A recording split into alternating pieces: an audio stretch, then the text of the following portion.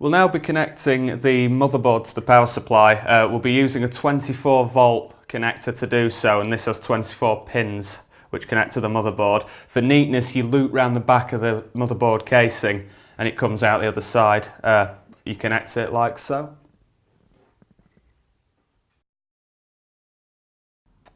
The next connection we put in is this one. This provides an additional 8 volts to the motherboard, and again it loops around the back and comes out the other side for neatness. Older models of computer only relied on the 24 volts, however the more modern processors are demanding more power, so you need that extra 8 volts just to provide that extra power.